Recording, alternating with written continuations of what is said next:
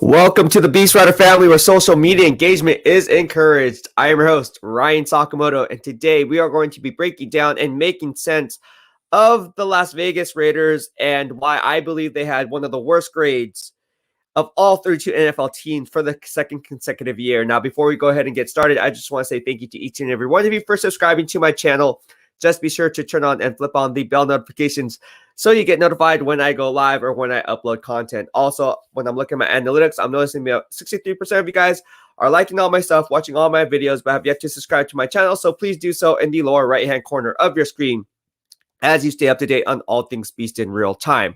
All right, so without further ado, we're just going to go ahead and dive right into it. Talk about the Las Vegas Raiders and why I believe they had one of the worst drafts in 2021 for the second consecutive year. They obviously had a bad draft last year, reaching for Damon Arnett, the Ohio State cornerback, in the first round. They went ahead and reached for another Power 5 conference player in Alex Leatherwood, who some view as only an interior guard because he can't really move in space.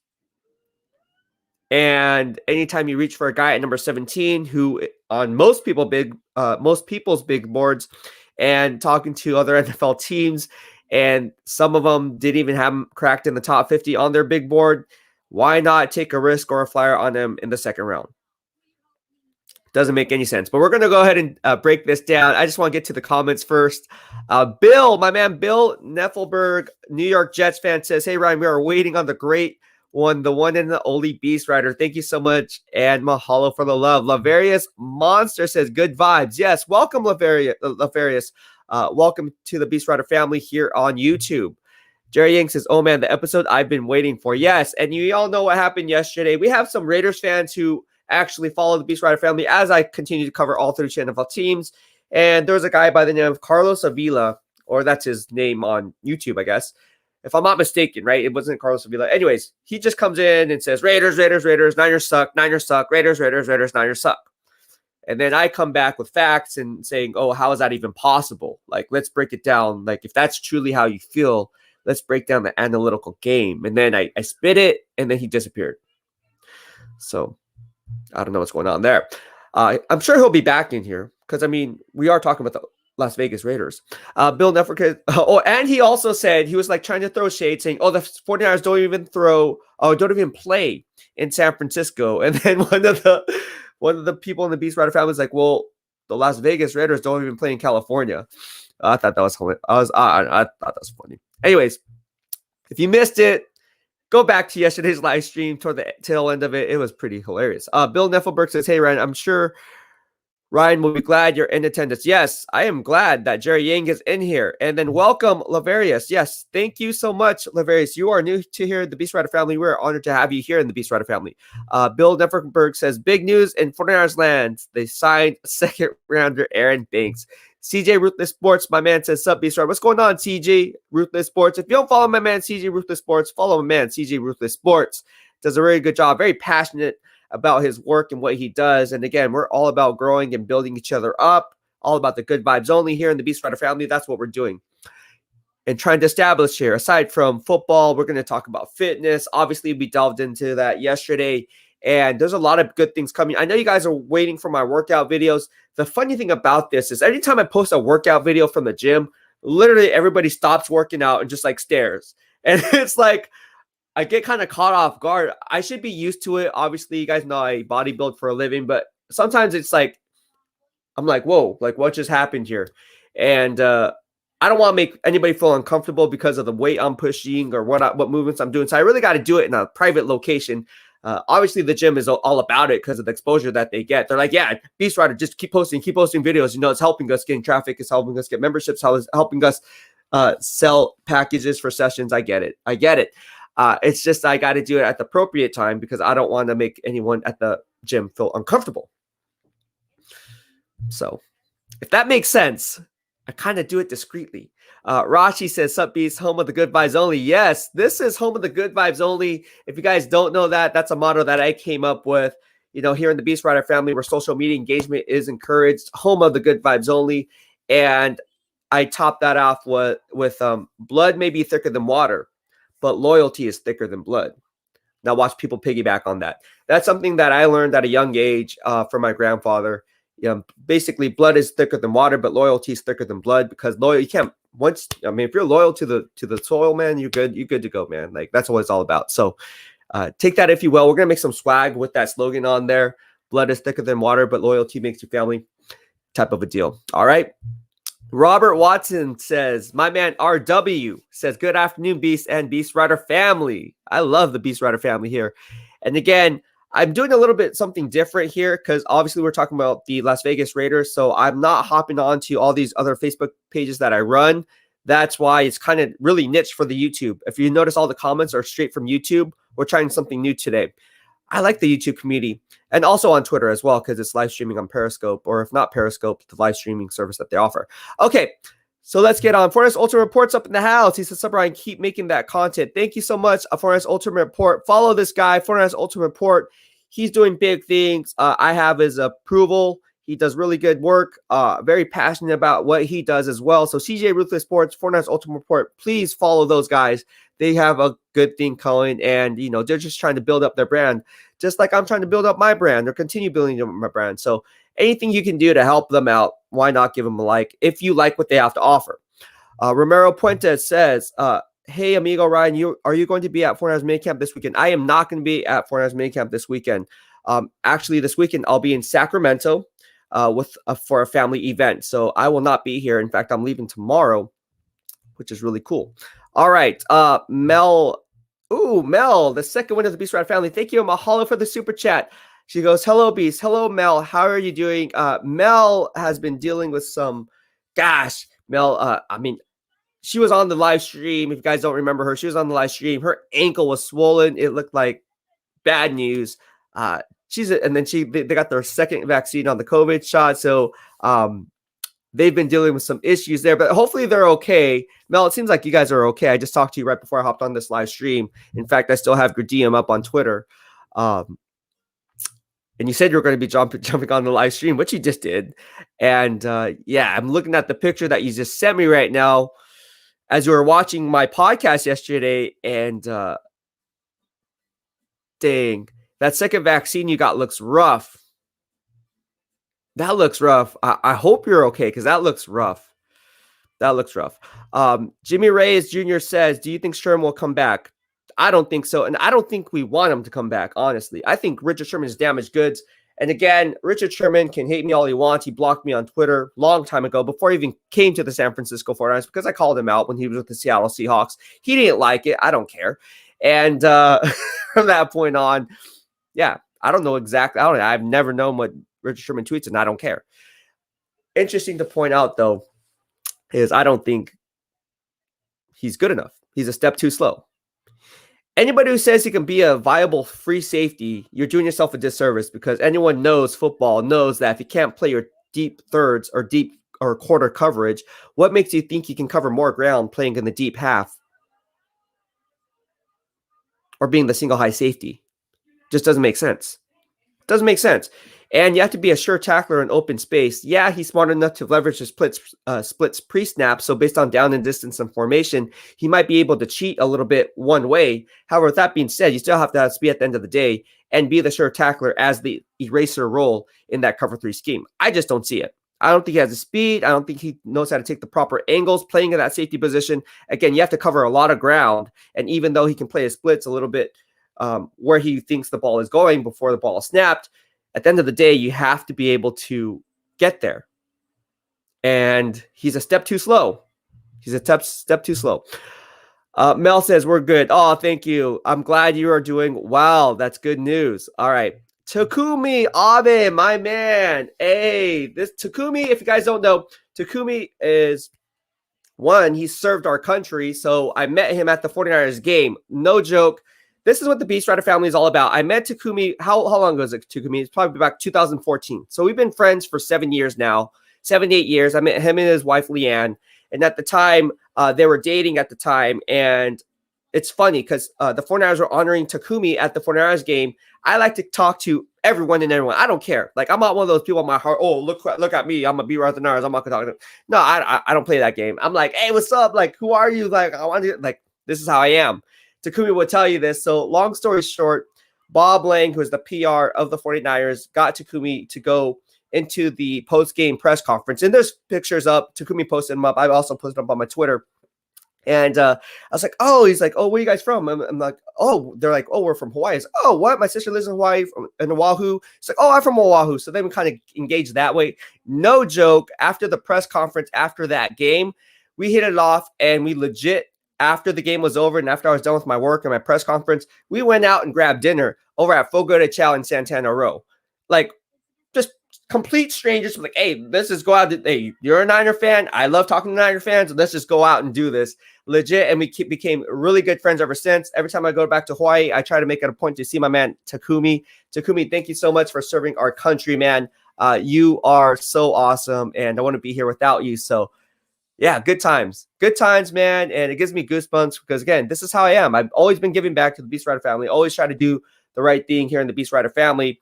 And again, ever since I became a beat writer with the 49ers and now moving on, doing this in the Beast Rider family here on YouTube, it's all about good vibes only. If I always kept it real, always kept it 100, and some people don't like me giving back.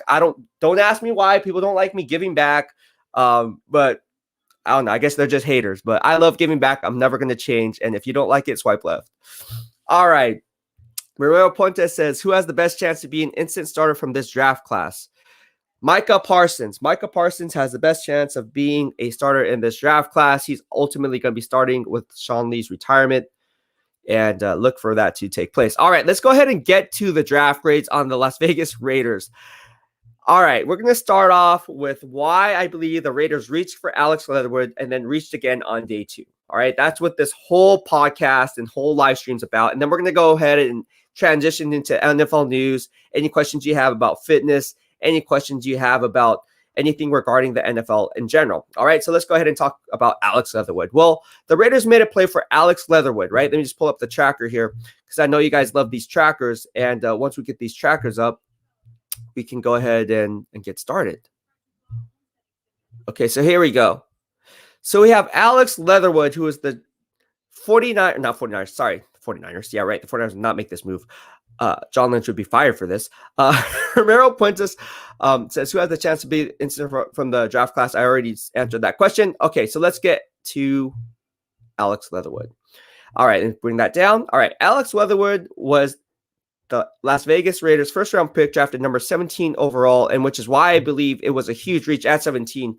And why I'm not surprised. For the second straight year in my grading system, Alex Leatherwood was the biggest reach, and the team that gave the biggest reach was the Las Vegas Raiders. Last year, it was Damon Arnett, drafted in 2019 out of the Ohio State University. The Las Vegas Raiders went ahead and drafted him in round 1. I said that was the worst pick. In hindsight, it was. Fast forward to today. Boom, checking off another YouTube Twitter receipt. Call it what you want it. And this year, I'm calling it again. I'm a huge Alabama Roll Tide Roll fan, but again, I keep things 100. I don't care. Alex Leatherwood, you don't like me for saying this? Prove me wrong. You know, I always say, my job is to project and predict. Your job is to perform. Don't like it, play better. Alex Leatherwood, not saying you're not going to be have the Pro Bowl potential. However, at number 17, that was a huge reach because, again, you're projecting a guy to play offensive tackle when most people and most teams that I spoke with view you as an interior guard. Okay, just saying it. So congratulations to Raider Nation. Oops, you did it again. Britney Spears. Sorry, not sorry. I'm a huge Roll Tide Roll fan, like I said. But again, when you have other players on the board, like let's say Landon Dickerson. Now, I know he's coming off a torn ACL, but he would have been a higher value. I would have been okay with that. Replacing a guy like Rodney Hudson, who you just traded to the Arizona Cardinals within the NFC West, right? Or why not go after a guy like Creed Humphrey? Now, I know he fell to the Kansas City Chiefs in round 2, but why not go after Creed Humphreys? Even at 17, that would still be a reach, but it'd be a reach that you would be like, okay, well, based on the horizontal board and based on our BPA, best player available, and looking at our vertical board and our value board, Creed Humphrey is a lot higher and ranked a lot higher in all 3 boards. So why not go after Creed Humphrey out of Oklahoma to replace Rodney Hudson, who we just shipped out to Arizona for a 3rd-round pick? Okay, so that's why it doesn't really make sense to get Alex Leatherwood, who by many standards, people viewed as no better than a top 50 prospect, not even the top 50 prospect by some teams. So again, why would you go ahead and reach for this pick when you could have had him in round 2? All right, which I'll talk about a little bit more in detail in this podcast. Now, again, if you're not going to go offensive line and you don't want to address the offensive line, which they did, but if you don't want to go Creed Humphrey or Landon Dickerson, why not address the defense side of the football and go after a guy like Jamin Davis, who I had them mocked in taking, the workout warrior who can play sideline to sideline, he can play inside, he can play outside. And again, when you look at their depth chart, are you really sold on Nicholas Morrow being the starting outside linebacker or middle linebacker Nick Kwiatkowski? Are you sold on those guys being the second level backers in Gus Bradley's cover 3 scheme? Because I'm not. And Jamin Davis would have been a better prospect who just goes a few picks later to the Washington football team. Just saying it.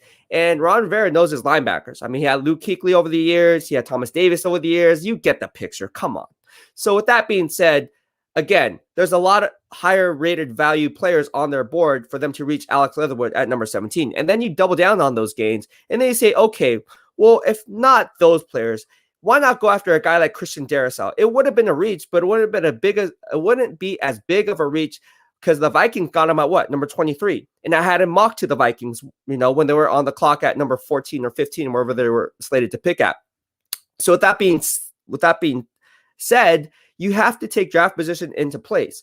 With that being said, you trade right tackle Trent Brown back to New England Patriots, and you need a right tackle. So why not go after a guy like Christian Darrisaw who can play the right tackle position after you just signed Colton Miller to that big money contract valued at APY $14 million per year.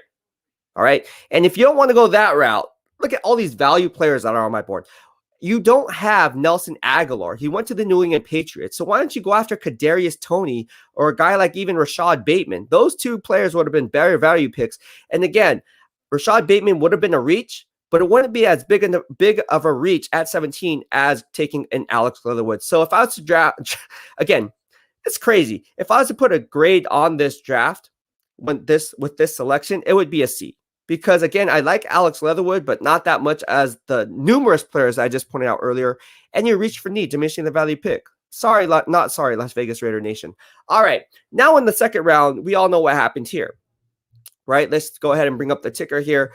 In the second round, they traded up from 48 to 43.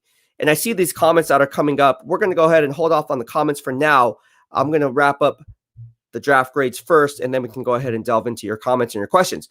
All right. So the Las Vegas Raiders went ahead and made a trade with the San Francisco 49ers from 48 to 43 and got Trevon Moehrig as their second round pick. Now, I get the trade on why they wanted to go ahead and do this, but I don't get the pick. I don't get the pick because, again, look at their depth chart. Who do they have at wide receiver? Bryan Edwards Jr., Hunter Renfrow? I mean, aside from Henry Ruggs III, who do you have? Nobody. So why not get the 25th ranked player on my big board in Terrace Marshall, right? Why not go after a middle linebacker like Nick Bolton or, again, like Creed Humphrey? He was still on the board, who both of those players went to the Kansas City Chiefs, which is why GM Brett Veach is one of the best GMs in all of football. They capitalize on stupid gains of other dumb GMs like Mike Mayock and John Gruden. Just saying it, just calling it how I see it. All three of those players were better value. And again, Moehrig was a bit overrated in a weak safety class. I don't care what anyone says. It was a weak safety class, and Moehrig was overrated because of it. All right. Now, when you combine that with what the Las Vegas Raiders already have, they invested in first-round pick, strong safety Jonathan Abram. That gives them a young safety deal for the foreseeable future. But again, a bad play because they get sloppy seconds after free safety Richie Grant went to the Atlanta Falcons at number 40 when the team opted to trade back from 35 to 40 with the Denver Broncos in exchange for getting the top-tier safety on their big board. Just calling it how I see it, all right? So if I was to put a grade on this selection, I do understand the pick, but there were other higher rated players on the board. I would have to give them another C. All right, now this is where it gets really interesting, guys. Let me just pull up the ticker here. All right. Malcolm Kuntz and Divine Diablo, a hybrid tweener outside linebacker safety, were both drafted in the third rounds at 70. Let's see where they were drafted. I think they were drafted number 79 and number 80 overall. Again, this was a luxury picks that Las Vegas couldn't really afford. I mean, why would you go after, again, these players when you have higher rated players on the board? Like Quinn Miners. Quinn Miners went to the Denver Broncos at number 98, which is why the Denver Broncos, again, I just brought up Javonte Williams when the team traded with the Atlanta Falcons, moved up to get the last tier 1 running back on their board. That's why they got a grade of an A. Credit George Payton. You want to see that podcast? Go ahead and do that because we're wrapping the AFC West right now. If not him, why not go after Ronnie Perkins, who went to the New England Patriots at number 98? They need an outside linebacker. Both those players are better than Malcolm Coots or the guy named by the Divine Diablo. Ronnie Perkins would have been a perfect fit. And again, look at the wide receivers that they have. Are you really content with Hunter Renfrow as your wide receiver 3? And are you content with Bryan Edwards Jr. as your wide receiver 2? And are you even content with Henry Ruggs as your wide receiver 1? Roll Tide, roll fan, but come on, let's keep it 100. No. Why not go after a guy again? Okay, so Terrace Marshall's off the board because he went to the Carolina Panthers at number 59. I get it. I already did a podcast on that, on the whole NFC South. You guys can see those podcasts that I did prior. But why not go after a guy like De'Ami Brown out of North Carolina or Amari Rodgers out of Clemson? Both those guys were on the board, would have been higher value rated players and would have gave the Las Vegas Raiders life and another weapon to add to the repertoire in John Gruden's offense. But no, they opted to go and use the shotgun approach, getting Malcolm Kuntz in the 3rd and then did Divine Diablo just 1 pick later. Makes no sense. Makes no sense. So again, I would have to put a grade on both those draft picks as an F. Failed. Horribly. All right. Now let's go ahead and look at the remaining draft pick selections and we'll go ahead and move on. Again, I peel back layers of the onion to get to the core because let's keep it 100, guys. All right, the remaining draft picks, they use the shotgun approach, as I said, that many teams are often going to be doing because this wasn't a very deep class. So the more darts you have at the board at certain positions, the more likely you're to do well on that specific position that you're targeting. So with that being said, they went ahead and in the 4th round, they got at number 143, they got Tyree Gillespie, the safety. And then in the 5th round at number 167, they got a cornerback by the name of Nate Hobbs. And in the 7th round at number 230, they got an offensive center. Finally, they get a center by the name of Jim Morrissey. So they went to the 7th round to get a center when they could have had one in round 2, even in round 1, and got the best one in this whole entire draft class. But yet they settled on the 6th, 7th rated offensive tackle at number 17. This is why the Las Vegas Raiders do horribly bad every single year. And again, this is not a knock on you Raiders fans. I'm not throwing shade at you guys. You guys know it's true. I mean, you guys are probably sitting at home saying, what the F? Just calling it how I see it, bro. Like, you probably see all my friends who are Raider fans, they keep it 100, but like, dude, you're right. Like, we shouldn't have done that.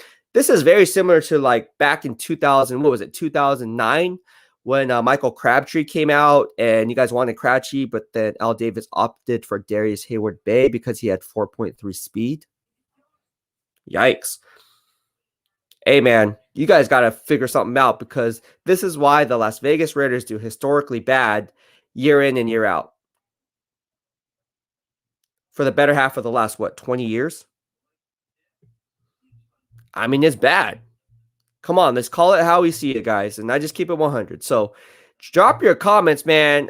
Let's talk football, Raider Nation, Beast Rider family. And again, if you don't like what I have to say, that's all good and dandy. But ask me any questions, drop your comments. Let's talk football.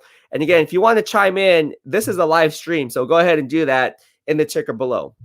Let me get back to you guys' questions now as we go ahead and wrap that up. Good times. Good times. Now all these Raider fans are going to be like, oh, Beast Rider is a loser, dude. All right, Jimmy Reyes Jr. says, do you think Sherman will come back? All right, I answered that. All right, Takumi Abe, my man, says, aloha, I'm always keeping us fans up to date. All right, Oath Parents Also Report says, thank you for your service. My brother is in the military now. Don Lovato says, aloha, Beast Rider. I know the Foreigners have problems at wide receiver besides Watkins. Do you think they'll sign any more wide receivers? Yes, they will. Yes, they will. They cannot go in a season where they're going to go.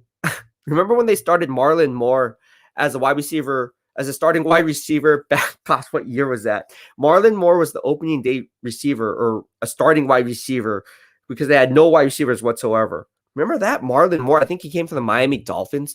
Hopefully they don't run into that situation again. Bill Neffelberg says, Takumi, thank you for your service, seeing our country respect. Yes, Takumi Abe, my man here in the Beast Rider family, man. Good vibes only. My man Bashar Z, what's up, man? He was in here on our live stream yesterday brought really good insight. He just wanted to clarify. He said Justin Fields when he met Trey Lance the whole time. Bashar Z says, today's topic makes me LOL. Man, I just keep it 100, bro. I'm not being serious. Like, I'm pretty sure these Raider fans are going to be like, oh, who the heck is this Beast Rider guy? Bro, he sucks. Hey, no, I don't suck, but number one, because I just broke it down analytically on why those other players were better value for you. And again, check my YouTube, Twitter receipts. I'm pretty sure they check out. Actually, I know they check out. Bill Neffelberg says, agreed. Humphrey should be a 10-year starter. There you go. And Bill Neffelberg's not even a Niner fan. He's a New York Jets fan. He's in here because he knows I keep it 100. And Bill Neffelberg also keeps it 100. So again, I don't care what team you root for. I am biased. I am unbiased as possible. So I cover all 13 NFL teams. Bill Neffelberg obviously has some great insight himself. And he says, hey, Creed Humphrey's going to be a 10-year starter in the NFL. And I agree. He brings a nasty mean streak. And again, anytime you trade Rodney Hudson or anytime you trade 3/5 of your starting offensive line, what are you doing, John Gruden? What are you doing, Mike Mayock? You need an offensive line. And again, this draft class wasn't very strong to begin with when it came for offensive linemen. Yes, there's only 2 tier 1 running backs, offensive centers, and Creed Humphrey and Landon Dickerson. Quinn Miners could play center, obviously, but I see him more as an interior guard. So with that being said, and then you look at the offensive tackles that were flying off the board, this is not the strong offensive tackle class that we saw last year when you had Andrew Thomas going to number 4 to the New York Giants, or you had Jedrick Wills, I think he went, number 10 or 11 to the Cleveland Browns, or you have guys like Tristan Wirfs who comes off the board at number 13 to the Tampa Bay Bucks, right? So let's keep it 100 here. Come on. Jan Paul Edward de Dios, pick gets a C, but his name gets an A-. Alex Leatherwood. Yes, Alex Leatherwood sounds like one of those names that you see in a horror movie. Like, I don't know. That just sounds like a crazy name. If you grew up against a guy that's named Alex Leatherwood, I'd be like, dude, am I going to live after today? I don't know. Mr. TNA says, from Romania, Beast, I know you love the Ravens BPA draft approach, but to me, the Raiders approach should not have been that, but trying to find impactful defensive players. They should have tried to find impactful defensive players, but ultimately they didn't do it. I mean, if you really want an impact, bro, I love GM Eric DeCosta. Mark it down. My top 5 GMs in any order, place your bets. Definitely Pittsburgh Steelers GM Kevin Colbert's one of them. Eric DeCosta is another one from the Baltimore Ravens. I love the Colts GM Chris Ballard. I think he does a really good job. Obviously the Chiefs GM Brett Veach does a good job. And those are just a few off the top of my head. But then there's also Seahawks GM John Schneider is obviously good, and in the NFC West. So you look at the NFC East. I think Howie Roseman did a good job in this draft class, although I wouldn't rank him in the top 5, obviously. But there's a lot of GMs that are really, really hitting it out of the ballpark, especially when it comes to this draft class. The Raiders did not. And is it to anyone's surprise? No. Because the Raiders do stupid stuff every single year. They selected a kicker in the first round. All right. Now, Sebastian Janikowski, I get it, but you don't draft him in the first round. All right. You can draft him maybe in the 3rd round. All right. Maybe even the 4th round. 3rd round be a head scratcher even at that pick that early. But I get it. I mean, Sebastian Janikowski was good for all those years, and he was in the NFL for a very long time. With that being said, though, you don't draft a kicker in the first round. That's just my opinion. I mean, if you draft a kicker in the first round, you're basically banking on the team not reaching the end zone, and the value for the kicker is just for 3 points. Well, in the NFL, you can't win by kicking field goals. You win games by scoring touchdowns. That's my take. Mr. TNA, Raiders would have not taken a wide receiver in this draft. It was all defense and O-line. There was no chance for wide receiver, running back, quarterback, or tight end. That sucks for them because they missed out on Terrace Marshall. They missed out on Amari Rodgers. They missed out on De'Ami Brown. They missed out on a lot of talent, man. And again, I would disagree with Mike Mayock and John Gruden's approach. I would sit down with them and be like, you know what? What are you guys doing? Prove me wrong. I can guarantee you the players that I just mentioned, guys like Nick Bolton, guys like Creed Humphrey, guys like Landon Dickerson. Let's just talk. Those guys are going to have better careers than Alex Leatherwood and even Trevon Moehrig. Jan Paul Edward Didio says Kuntz, Diablo, Chucky, and Mack were playing Google during draft night. Yes, they were. My man, JP Edward de Dios. Again, we cover all 32 fan bases. This is Jan Paul Edward de Dios from the Beast Rider family here from Arizona Cardinals fan base says, Malcolm Kuntz and Diablo, Chucky and Mayak were playing Google during draft night. Yes, they were. I'm surprised they didn't select Michael Carter and then Michael Carter II like the New York Jets did. Wow. What is going on here? Mr. Tinier says, I disagree about the safety class. I'm very high on it. And you know who my top 10 rated player was for me, but we will see in 2 to 3 years if you are correct about this class because you have great knowledge. I guess in the end, we will know, man. We will know. And again, people that I spoke with and in my NFL circles and in my network, my sources, told me that this wasn't the strongest safety class. And I would have to agree based on my analytics. I was doing the research. I obviously cross-checked my work. Time will tell. Who knows, man? These guys can be the next best all-pro safety, the next Troy Polamalu or Ed Reed. We never know. I just don't see it. Jan Paul Edward de Dios says, Kuntz and Diablo, Mayock, and Chucky were playing. Oh, here we go. What else do we got here? Beast, many Raider fans are really cool. There's no problem you bashing the team draft like they deserve. All fans in Romania, I know they say the same about the draft. Oh, well, that's good. That's reassuring. But I can tell you this. I hope you're right. Because, again, I'm not bashing the Raider Nation. I like the Raider Nation. I like their passion. I like their loyalty to their fan base. I really do. I think they're one of the most passionate fans in all of football. And that includes the Niner fans. That includes, I'm calling it right now, top 5 most passionate and loyal fan base, period. Right? Cleveland Browns, same thing. Right? Cleveland Browns are very loyal to the soil. So Niners too. I mean, Niners are up there as well. Green Bay Packers as well. Pittsburgh Steelers with the terrible tells. There's another one, right?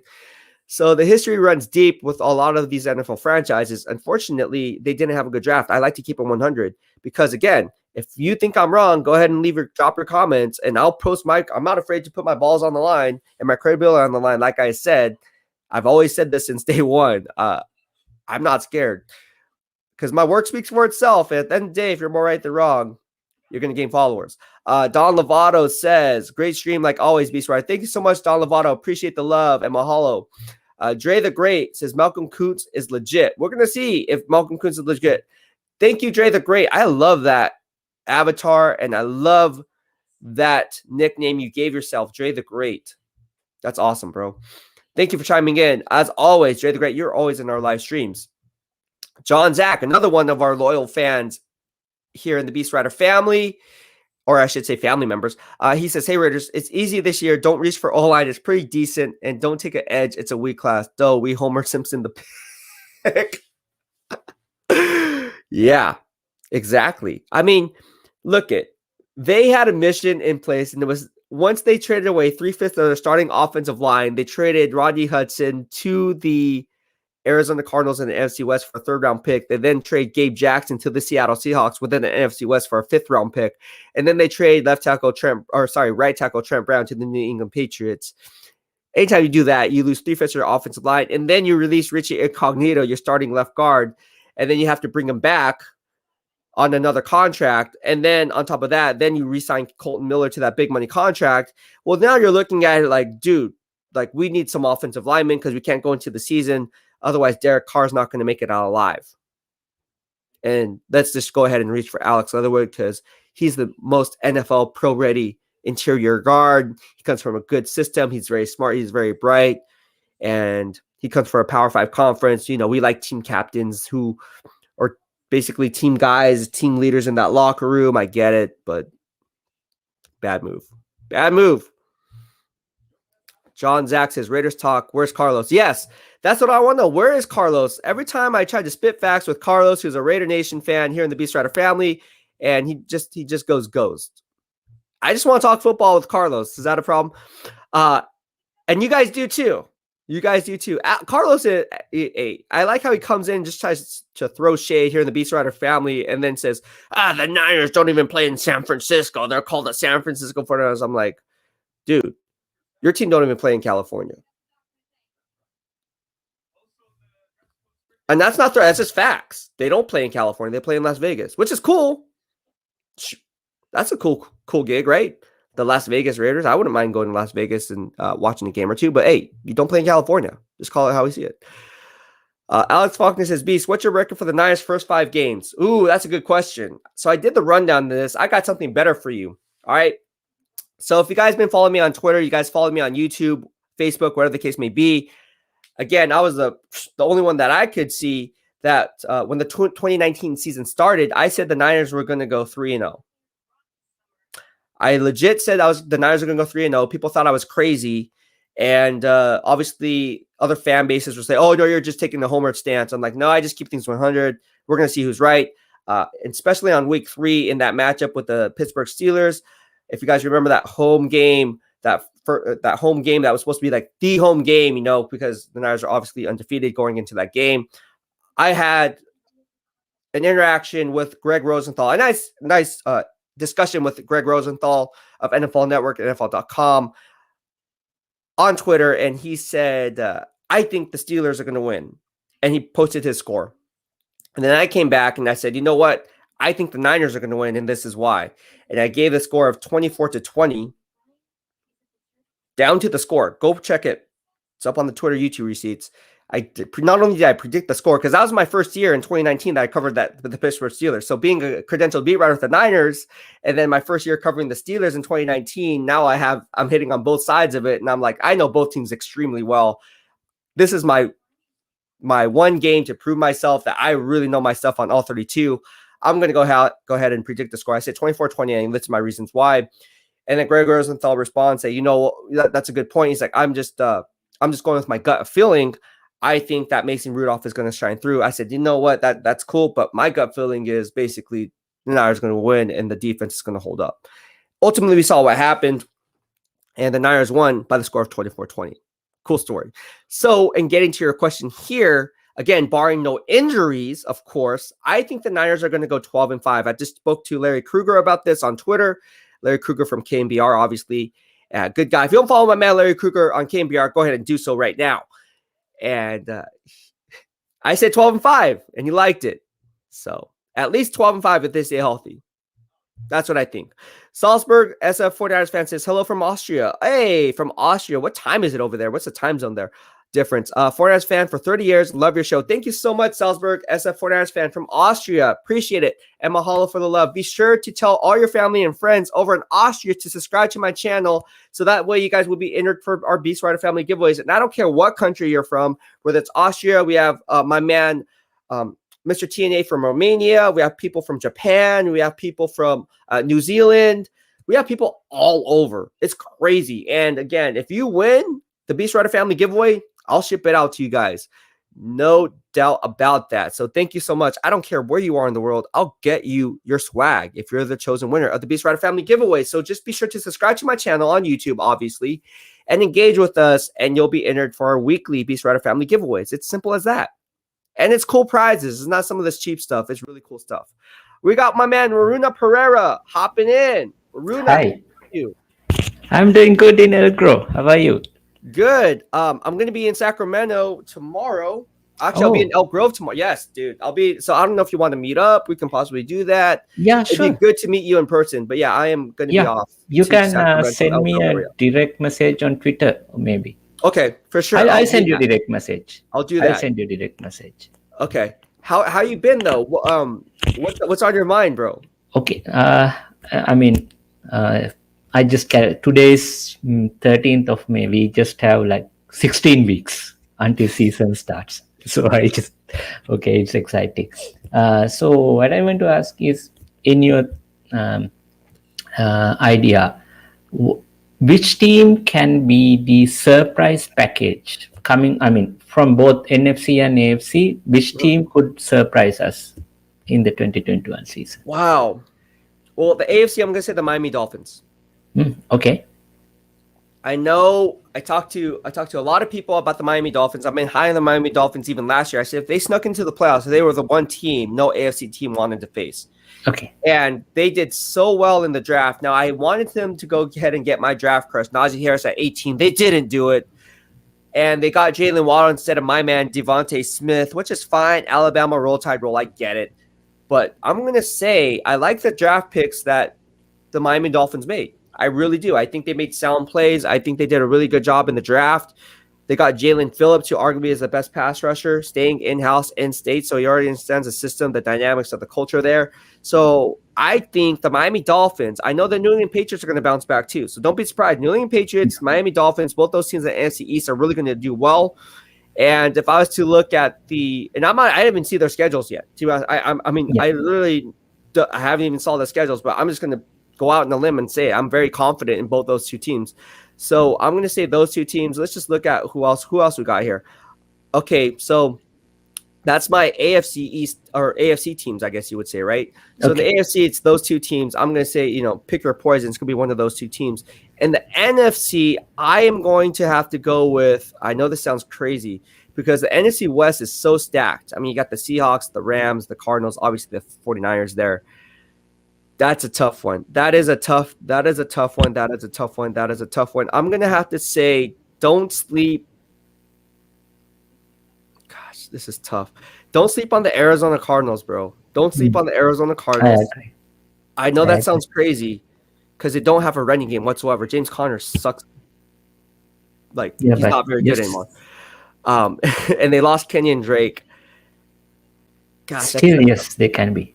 I would say that, and I would say, yeah, you know what? If I was to pick one team in the NFC, I'm not gonna do that because Arizona Cardinals that division is too strong. I'm gonna switch my pick. Forget the Arizona Cardinals because they don't have a running game. Sorry, Arizona. I'm gonna have to say in the NFC, it's going to have to be. This sounds crazy. I can't believe I'm saying this. Would it be surprising if I said it sounds crazy. I can't believe I'm saying this. I'm gonna say the Philadelphia Eagles. Wow. I'm going to say the Philadelphia Eagles. Oh, why? Because I like what they did in the draft. I like how they got Landon Dickerson at 37. I like how they got Devontae Smith. Now, they still need wide receivers, but obviously they have the horses in place. But I really liked what they did in the draft. I just think that they solidified the draft extremely well. Howie Roseman did a really good job manipulating the draft. They needed a wide receiver. They got one. Zach Ertz is on the trading block. We don't know what's going on with him. Brandon Brooks is coming back, right, from injury. So he's going to be back. Lane Johnson's going to be back. That's going to help the running game. And Miles Sanders is going to obviously benefit from that. Now, they needed some they needed some linebacker help, right? And they need cornerback help. So that's going to be huge for them. They obviously are going to be missing that, especially going up against teams like the Dallas Cowboys. So I don't know. I just think you have to go for a team that's, you know what? It's tough, man. It's really difficult. Yeah, I know. Okay. Final answer in the AFC. I know I'm switching back and forth. I'll say the Dallas Cowboys, man. My gut feeling says the Dallas Cowboys are just going to come out swinging hard. So I'm going to say the Dallas Cowboys. I'm going to say the Dallas Cowboys in the NFC. AFC, sticking to it. I'm going to say the Miami Dolphins. If I had to pick one team from both conferences, crazy. I can't believe I said that. No, but okay, yeah, makes sense. I was thinking, actually, I mean, from AFC, Browns would make it to the Super Bowl. That's what I think. You think Browns and who? I think from AFC, Browns will surprise us and make it to the Super Bowl. Okay. From NFC, I believe Tampa Bay will not make it to the championship game. Washington might be. Washington's going to be dangerous, dude. Washington has one of the best offensive lines. They have Darren Payne from Alabama. They also have Chase Young from the Ohio State University. They have Montez Sweat from Mississippi State. So they have 4 first-round picks on that offensive line. I mean, it's deadly, bro. Yes. Right? And they have Jonathan Allen from Alabama, of course. So that's 4 first-round picks on the starting offensive line or starting defensive line. Yeah. Right? And then you throw in Jamin Davis, right? The workout warrior, some would say, has the most potential of any linebacker in this draft class, although Micah Parsons was by far the better prospect. Jamin Davis was climbing up draft boards leading up to the draft exponentially. He was what I was told, he could have been, I mean, some teams had him even higher than Micah Parsons when it was all said and done, just because of his intangibles and critical factors, what he brought to the table. Jamin Davis is going to be a stud. And you hit on the nail, man. They have the pieces in place in Washington. Now, all they need is a new name. I hate calling them the Washington football team. That's such a bad name. Just get a name. But I don't know. It's better than the former name. It's better than for obvious yeah, because reasons. if it's definitely offensive, yeah, definitely can't be using Yes, that. That's yes. bad news. I didn't know it was offensive until the news came out. I didn't know. Did you have any idea? I mean, we didn't learn that in school, did we? Like I didn't learn it. That's true. That's true. But I the didn't thing learn that. is, there has been some suggestions to change that name even before 2019, but Dan Snyder refused that. Uh, Yeah. I think sometime back he said, no, I will never going to change the name. But I think after 2019, he was forced to do it. Actually, I wish that if they kept Alex Smith for one more year, I think that would have helped them this I year. know. I really miss Alex Smith, dude. Like he Yeah. was such a good guy. Like I wish I would have covered him. I didn't get an opportunity to cover him. I wish I did though. Yeah. I covered the Kaepernick era with Jim Harbaugh when they moved to Levi Stadium. Actually, no, I take that back. I did cover him a little bit in 2013 and then 2012. I take that back. I did cover him. I never actually got a chance to meet Alex Smith. I got a chance to meet the other players like Joe Staley and of course I got interview those guys. But yeah, man, it's sad, dude, because like I mean Yeah. having them come. I mean that's such an inspiration for him to come back. I Yes. mean he could have died. And he Yeah. came back and just proved to the world that through inspiration, hard work, dedication, Yeah. having the odds stacked up against you, and then coming back just to play football at the highest level and the game he loves. You cannot put a price on that type of commitment. Exactly. Other thing is people look at Alex Smith is like, okay, he's a lost cause, but he has won 60% of his games. His record is 99 and 67. Right. So he's a winning quarterback. So He is. he's a great person on the field and off the field as well. All right. So we have a question here, and I'm going to, from N Niner Drag. Thank you so much, and mahalo for your question. He says, from the Beast Rider family, what up, Beast? Which game for the 49ers could be a barometer to test the Niners roster to see if they have what it takes to make it through the rest of the season? This is a great question. Thank you so much for this question. Let me just go ahead and check their schedule. Yeah. I like to think the first 4 weeks of the season is kind of a gauge to kind of have the teams kind of get acclimated to the NFL game, obviously get up to speed on things. Obviously with COVID here, things have changed a little bit. So again, when strength and conditioning and endurance come into play, I usually have a really good pulse after like week 5 or week 6, depending on when the bye week hits. So let's look at after the bye week. I look at the Indianapolis Colts. Right after they come off the bye, I think they're going to have 2 weeks to prepare for that game. That's going to be a good game for them because that's a primetime game, number 1, so it's under the lights. Number 2, you're going to really see how they stack up against one of the best offensive lines in all of football.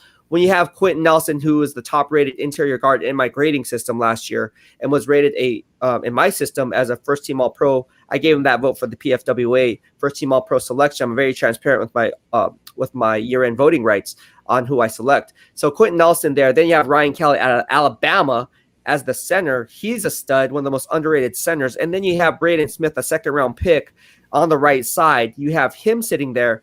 That's obviously one heck of a player there. So that's 3 offensive linemen there. And then when you look at what they did in the draft, I mean, they had some horses, right? They had some really good players that came out of that draft class. So altogether, when you have all those pieces in place and you look at what they actually did in the draft, you have to give it to the Indianapolis Colts. And I think this is a good barometer for the 49ers because, 1, they're going to be facing a playoff caliber team.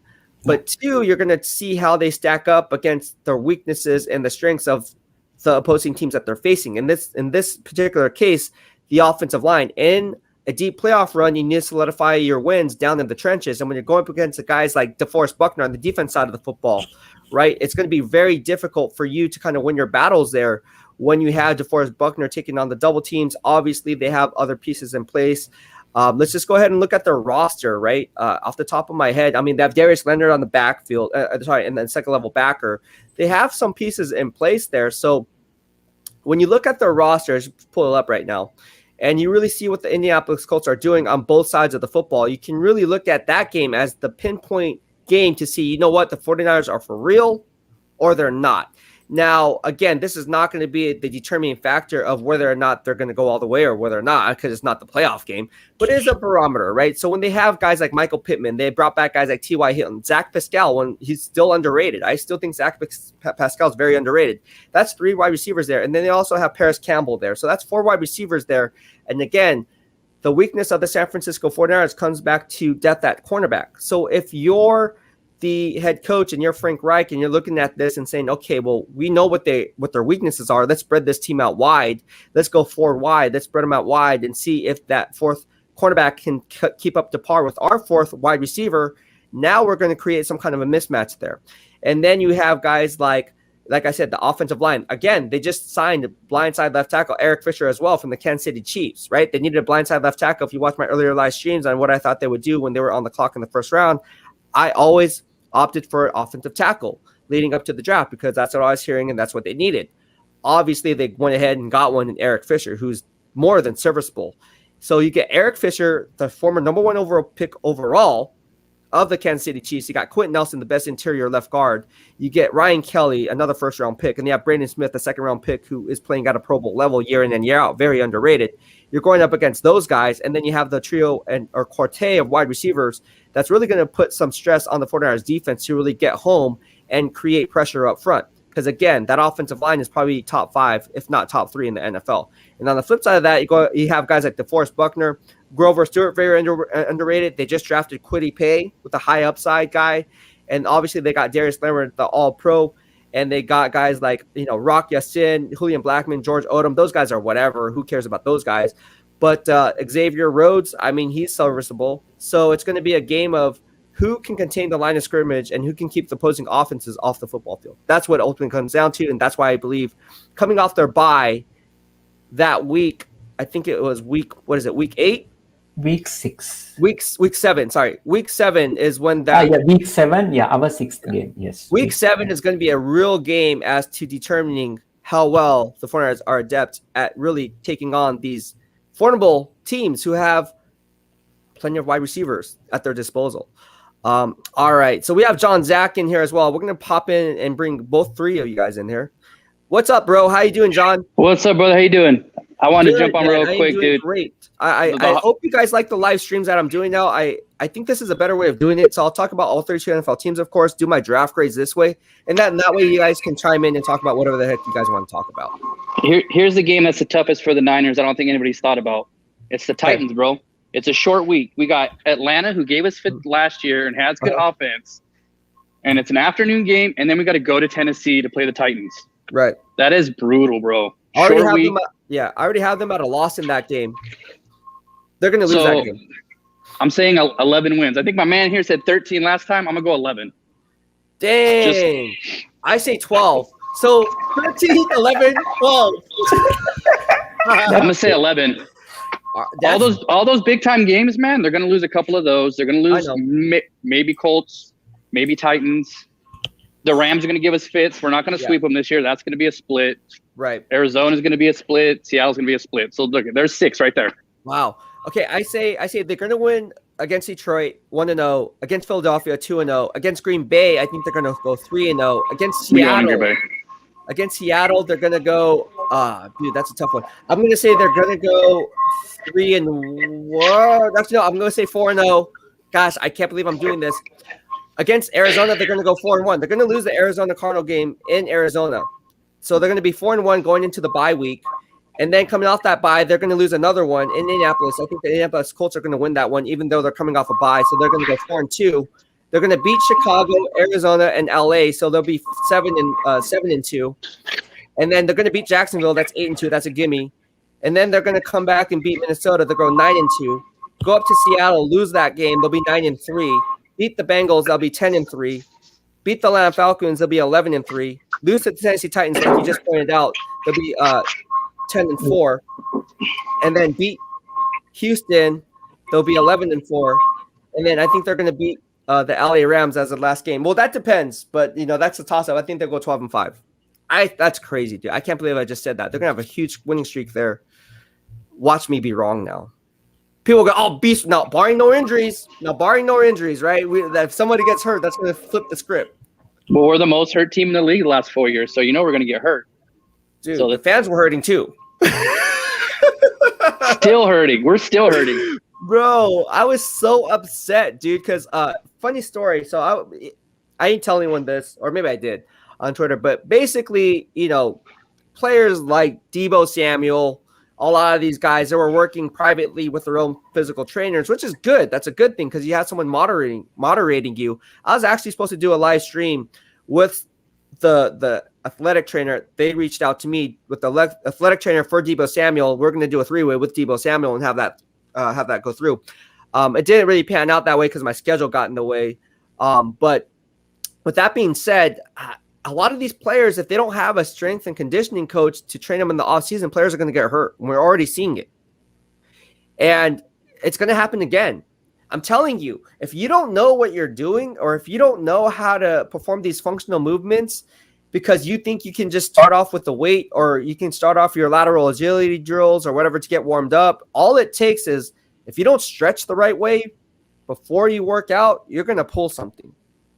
Because these guys go a full go all the time, and all it takes is one tweak, and if you don't have that proper training or someone to kind of keep an eye on you, basically babysitting you, being, okay, make sure you do this. I mean, I hate to say it, but it is babysitting, right? You're watching them, making sure they're doing the proper movements correctly. They're going to falter. And I'm pretty sure there's going to be, I hate to say it, man, there's going to be more players getting hurt. I would say, I'm putting it out right now, here at 1:28 p.m., May 13th, there's going to be at least 5 more players that we're going to hear about getting hurt before the season begins and before training camp opens up. And big name players. Just putting it out there. Well, in Deebo, he's built like a running back. He's not built like a wide receiver. And so when he pulls his hammy, he tends to put on weight, dude. And then he comes back and then he re-aggravates it. It's just, it's gone back to college with him. So we can expect him to miss 3 to 4 games. Right. Hopefully Hurd's healthy. Ayuk keeps stepping up. We'll be all right. But if we get one cornerback hurt, we're in trouble. Yeah. All right, here's a question from Mr. Teenage. Says, Beast, if tomorrow Niners are ejected from NFL, which would be your team? I'm going to say the Pittsburgh Steelers. What's your team?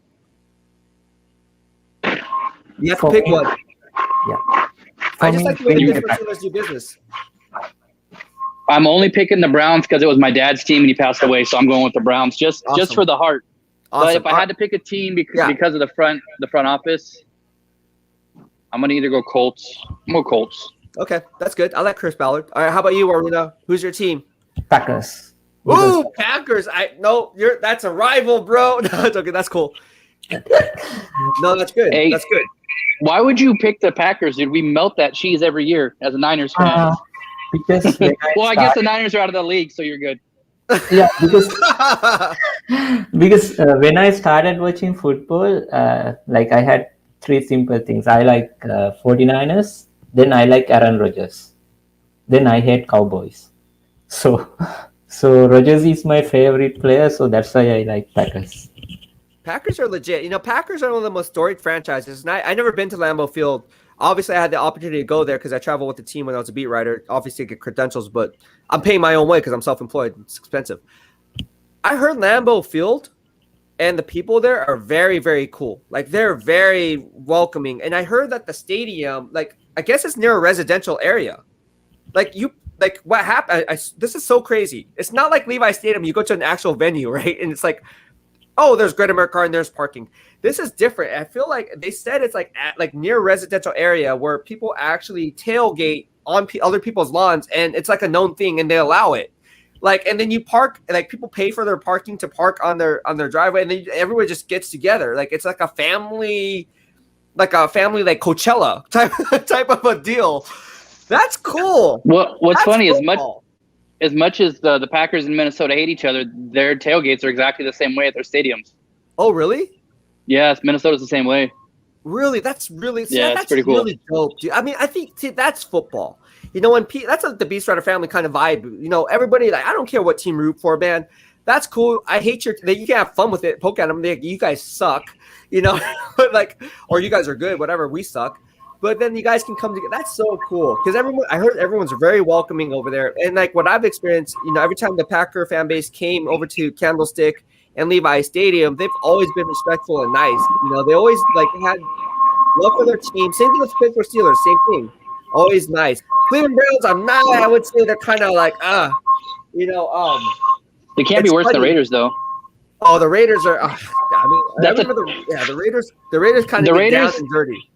The Raiders are like Twitter DM bad. Yeah, like evil. Yeah.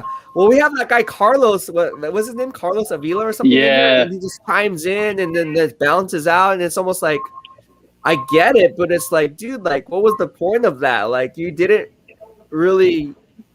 Like, what was the point? Like, he actually took time to come in here. He always does it too. You ever notice that? He always comes in and then pops out. And it's so random. Like, I don't know how he knows when we talk about the Raiders. Like, he's got an alert on. He's like, oh, they're talking about the Raiders. Let me hop on. Blows it up. All right, peace. I'm out. Boom. You're like, where'd he go? I know. Isn't that weird? It's always at that time. It's weird. Well, it's weird. It's really, but he's not in here now. That's weird. Like, he's not in here right now, bro. Yeah. So maybe randomly you talk about the Raiders, he pops in. You're like, where did this guy come from? It's funny. I don't care. I love Raider Nation. I want Raider fans in here, but like, it's like he just throws shade. All he does. Maybe he's a troll. Maybe he's another fan base fan, and he's just got a troll account. Oh, that's true. Never thought of that. Hey. Troll's got a troll, man. All right, man. Well, thank you so much, John, for hopping on, bro. I appreciate it, bro. Later, guys. All right. Okay. All right, Runa. So, what else you got going for us, man? One more question. Yes. I mean, if there is a wide receiver that you would like 49ers to draft before the season, I mean, I knew you would say that. Urgent. I know this sounds crazy, but I really like Odell Beckham Jr. Why not? If he can make it, why not? People say he's a diva, and trust me, I know players who played with him in that locker room, and let's face it, any good wide receiver is going to be labeled a diva. Yes. Keyshawn Johnson labeled a diva. Throw me the damn ball. Terrell Owens, diva. Throw me the damn ball. Right? Randy Moss, diva. I'm not getting the ball enough. Throw me the damn ball. Jerry Rice, considered diva. Throw me the damn ball. What made them so great? Because they knew that anytime the ball was in their hands, they gave them the team the best chance to win. Yes. It's all for the team. I get it. But at the end of the day, it's all about winning, too. I don't care what anyone says. You play this game. That's why they keep score. And anyone who says, oh, they don't play to win. No, they play to win. Now, there's some players who don't play to win. They just play for a paycheck. That's a different story. Yeah. But the great ones want to win. And if they believe that they're the ones and gives their team the best chance to win, they're going to be the ones taking the shot in basketball, the last second shot. They're going to be the ones, doesn't care if they're double, triple team. You see with Kobe Bryant, Michael Jordan, same thing. I don't care. Odell Beckham Jr. helps you win. Now, there's a fine line because how does that create a toxic locker room dynamic, right, aspect? If he's toxic, then it's not worth the head case because I don't care how you produce on the field. If you're a toxic in the locker room, no one's going to want to work with you. Yeah, that's true. So there's a double-edged sword there. But if you can kind of have a veteran locker room presence there where you can kind of mitigate that and have like a players only meetings, or if something comes up, have it up to the players, be like, okay, you know what, I'm the coach, but this is on the players. I mean, team captains, you guys handle this. This is why you guys are team captains. Have a players only meeting, call for it, go out to dinner. I don't care what you guys got to do. Just get the morale up of this locker room and handle your right. I don't want to see this anymore. I want to come back tomorrow. Everything should be squeaky clean, and let's just ride the ship because you can't be fighting each other and expect to win week in and week out when we have this going on internally, right? Yes. So with that being said, I think Odell Beckham Jr., yes, he comes with red flags. Obviously, injuries are a concern. But when he's healthy, he's a top 5 wide receiver in the NFL. True. He is. Yes. And if you think otherwise, you're doing yourself a disservice because Odell Beckham Jr., when healthy, is really good. So the question remains, when healthy, right? So is it worth it because he can't sustain health, right? The Niners' problem is staying healthy. Do we want another injured, riddled player with talent but can't stay healthy? So what's the point of going after a guy? But here, the flip side of that is, why not? If you guys are in it to win it and you have Jimmy Garoppolo for one more year, what's it to you? Yeah. Trade for Odell Beckham Jr. for that one more year. Give him another weapon for that one more year. Let's see what Jimmy Garoppolo can do. Then there'll be no excuses because right now we're talking about a wide receiver 3 because the depth chart is extremely weak. Brandon Ayuk and Deebo Samuel. Can Deebo Samuel stay healthy? I don't know. So who's going to be the wide receiver 2? Nobody. Yeah. Who's going to replicate that type of production? Nobody. Odell Beckham Jr. adds that insurance policy in that gap, even if it was a short while. So if Deebo Samuel does go down midway through the season, well, odds are Odell Beckham Jr. is going to sustain health for the remaining half of that schedule. So you're leveraging your bet on OBJ staying healthy, but in case he doesn't, you still had Deebo Samuel there for the first X amount of games anyways. Yeah. That's what I'm saying. I think Odell Beckham Jr. would be a nice solid play. Or Julio Jones. I mean, don't count out Julio Jones. I'm very high on Julio Jones. I still think, I'm a huge Roll Tide fan, but I like Julio Jones too. Why do you think we did not go for Manuel Sanders again? I mean, he's cheap right now. I mean, he's a veteran. He's a leader. Why didn't we just go for a 1-year deal? I thought he would. Who? Sanders. Deion Sanders? Wait, who? No, I mean Manuel Sanders. Saints. He signed a 1 year. Well, yeah. Well, he wanted money, bro. And you can't blame him. Yeah, true. He's 34. I mean, look what he did. He single-handedly helped them get over the hump. They needed Emmanuel Sanders. Emmanuel Sanders was Jimmy Garoppolo's security blanket at the wide receiver position. Yeah. Yes. He was the X factor. Yeah. And we also what happened in the Super Bowl. I mean, he brought a certain swagger to that positional unit group that hasn't been seen in a very, very long time. It rubbed Kendrick Bourne. Now Kendrick Bourne's all hyphy and all about the movement. Yeah. And then you see Deebo Samuel getting involved. And I don't know why people are so bearish on Deebo Samuel, man, because he got injured. I mean, I have Deebo Samuel's back. Deebo Samuel's going to be a beast, just like Nick Bosa is going to be a beast. Yeah. And people are going to be like, "Oh, Deebo Samuel, I knew you could do it." No, you didn't, because if you look at the timeline at 1:39 p.m. here on May 13th, you said, "Oh, we should trade Deebo Samuel. Oh, Deebo Samuel is not this. Oh, he can't stay healthy." And then the same people are going to be like, "Oh, yeah, I knew Deebo Samuel was good." It's like, dude, why are you riding that fence, bro? Don't do that. I don't like it when people do that. I think next season we will. I think Kyle will plan to protect Deebo, because the reason is even last year we were using Deebo as a running back as well, half the time. So now we have depth in running back position. So if we can use these running backs for the snaps, we can save Deebo for specific, deep routes and everything. So reduce his playing time and still save him for the most important plays. So I think that way, most probably Deebo will get through the season. So I believe that adding running back depth was part of the plan to reduce the workload of Deebo, so he can go through the entire season. Yeah, that could definitely be in play. I just think Deebo Samuel is a 1,000-yard receiver. Call it what you want it. I think Deebo Samuel is a 1,000-yard receiver. Sure. And he will get 1,000 yards. Now, whether that's 600 receiving, 400 rushing, whether it's 700 receiving, 300 rushing, whatever the case may be, he's going to get that 1,000 yards somehow. Those 1,000 scrimmage yards, right? So with that being said, he's such a valuable asset, because what he does, he allows Shanahan to open up the playbook, because he can do a lot of window shopping, right? Throwing defenses off, keeping them on their heels. And then when you do that, you're really solidifying the zone blocking scheme for the offensive line and making their job easier, because now you don't know which way the play is going to be directed at. And that's why the Niners always do Shanahan's one of the best at scheming things up. Yeah. And when you have Brandon Ayuk running down the seams, or George Kittle running down the seams, Brandon Ayuk running those shorter, shallow crossing dig routes, those out routes and so forth, one-on-one outside, and then you bring in a guy like Odell Beckham Jr.,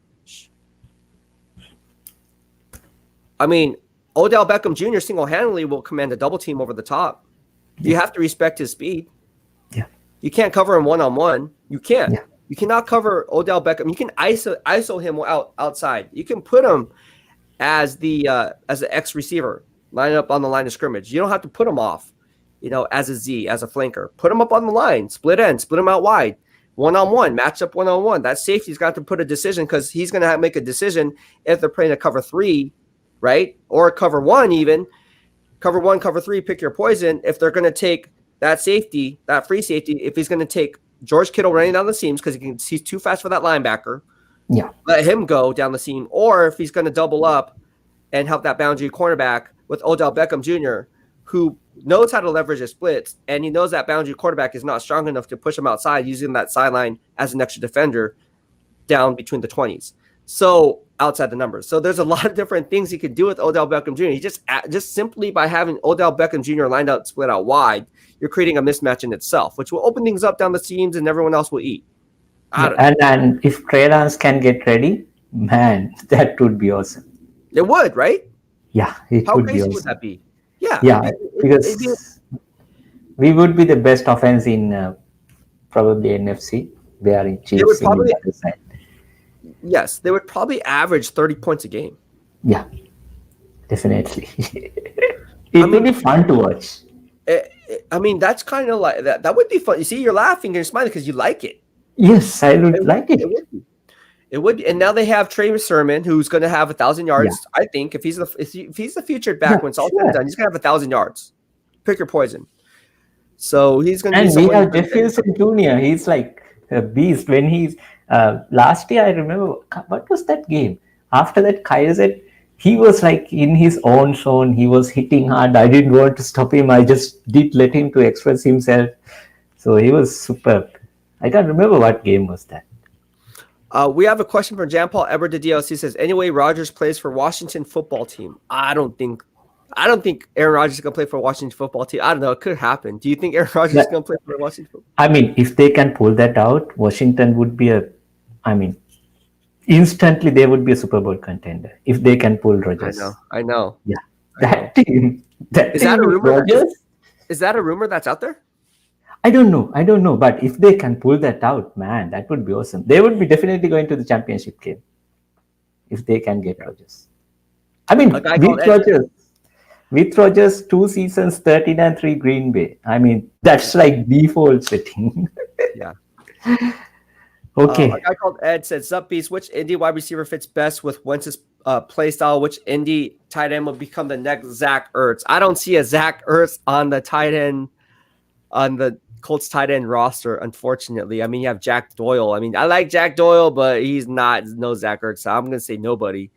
As far as wide receiver who fits, I mean, I guess you can say, I know it sounds crazy, but what Carson Wentz likes to do, I'm going to say Zach Pascal or Michael Pittman. I think those two guys are good fits where Carson Wentz likes to do. Okay. Okay, right. I'm going to drop off then. So. All right. Well, thank you so much, Varuna Pereira. Okay, I will send you a direct message on Twitter. We'll meet up tomorrow. Okay, sounds good, my man. Okay, all right. Take it easy, man. Me. Okay, bye. All right. That was Varuna Pereira. A guy called Ed says, "Isn't Week 7 after a bye should be Niners' advantage?" Yes, it should be.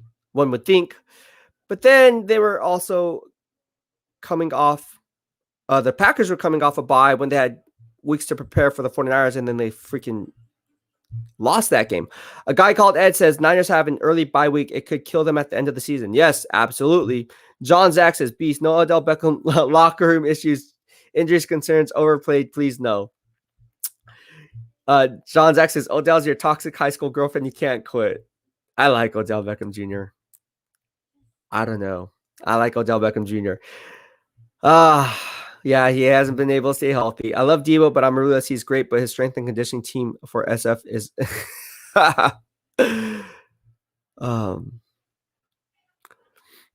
all right. We have Rashi says, "Do the Niners have the locker room leadership to keep someone like Odell in check, or would he take over the locker room as soon as he gets there?" No, I think when you have Alex Mack there, guys like George Kittle in house, those guys will definitely, Kyle Juszczyk, those guys will definitely keep him in check. And when those guys talk, people listen. So obviously, if Richard Sherman was there, you can add him in the mix, but Richard Sherman ain't coming back. All right, we have a Facebook user on here says, "If we get OBJ, do we move Brandon Ayuk to the slot?" That could very well be a possibility. Why not? You can move him in the slot. He can play the Z. I like him out. You can move him in a different variety of different roles, and I think that's why Kyle Shanahan drafted Brandon Ayuk and drafted even Dante Pettis, is they can play the X or the Z. It doesn't really matter. You can move them any way they see fit. So as long as they create a mismatch for opposing defenses, Shanahan's going to scheme them up where they see gives them the best chance to win. John Zach says Benjamin is big and fast and can also take the top off the defense. Mr. TNA says, "I have a feeling Jared Goff will have a good year behind the Lions wall." Yeah, the Lions do have one heck of a offensive line. Obviously, they have Taylor Decker. They have Frank Ragnow, the now highest paid offensive center in the league. They also have right tackle Penei Sewell, who they drafted number 7 overall. They wanted to trade up with the Atlanta Falcons because they thought the Cincinnati Bengals were going to take him at 5. They didn't. They took Jamar Chase. He fell to the Detroit Lions without having to trade up and still got their guy at number 7 in Penei Sewell out of Oregon. So I think Jared Goff is going to be dangerous. They also have, obviously, DeAndre Swift, the running back, who they drafted in the first round out of Georgia a couple years back. So we're going to have to see how that pans out. But, yeah, we don't know how this is all going to play out. John Zach says, came out with OBJ and Debo over the middle. Aron Singh says, did you say Sherman not coming back? Yeah, I don't think Sherman's coming back, dude. In fact, I don't want him to come back. I mean, why would you want a guy to play safety if he can't even cover his respective quarters coverage or respective deep thirds? Because he's going to have to be the single high a lot of times, or he's going to cover the deep half. So if he can't even cover a third of the field, what makes you think he can cover half of the field? And I get it, down and distance formation, pre-snap recognition, so he can kind of cheat over before the ball is snapped. I get it, but you still have to have the range to cover and make a play on the ball once you arrive at the catch point. Don't see it. Don't see it. All right, guys. Well, I think that's going to be it. John Zach says Chargers, a sleeper team for me this year. Interesting.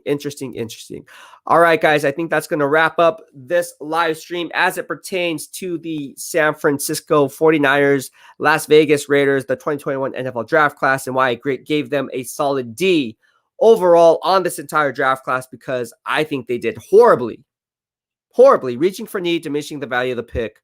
And again, Aaron Cervantes has a quick question. Wow, the questions are coming in hot. Here we go. We have some questions. I am back. Aaron Cervantes says, who do you think will be the number 2 running back on the roster? It seems like there's not a lot of respect for Wilson Jr. It could be Wilson Jr. I don't know who it's going to be. It's always by a committee approach, and they read the hot hand. All right. So I think that's going to be it, guys. Again, thank you and mahalo for the love, for subscribing to the channel. Be sure to hit the like button in the lower right-hand corner of your screen and subscribe to my channel here on YouTube. And if you do, you'll be entered for our Family Friday giveaways, which is tomorrow, which is this Justin Smith autograph frame. Who doesn't want this Justin Smith autograph frame?